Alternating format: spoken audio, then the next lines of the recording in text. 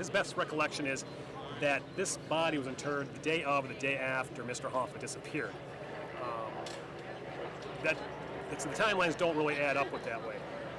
There was some alleged bookmaking taking place from his address at the time frame, and the bookmakers allegedly involved with Detroit organized crime. And of course, a lot of people believe that Detroit organized crime had something to do with Mr. Hoffa's disappearance and probably subsequent murder. So that was kind of the nexus to tie the two together. But again, the time frames don't really add up with the time the alleged bookmaker took possession of the home and this Mr. Hoffa's disappearance.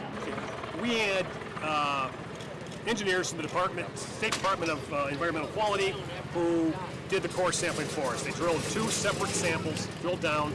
They took samples down to about 6 feet deep. Those samples were brought up, sealed, and they'll be taken to Michigan State University to be tested for human remains.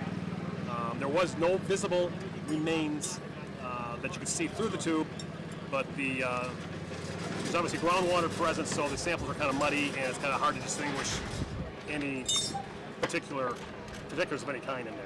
And Michigan State's telling us Monday afternoon, Monday evening at the latest, we should have the results of the core sample. This scene will be locked down until we get the results back on the testing, because until then we're going to consider it a crime scene. We have never believed this is Mr. Hoffa from the very beginning.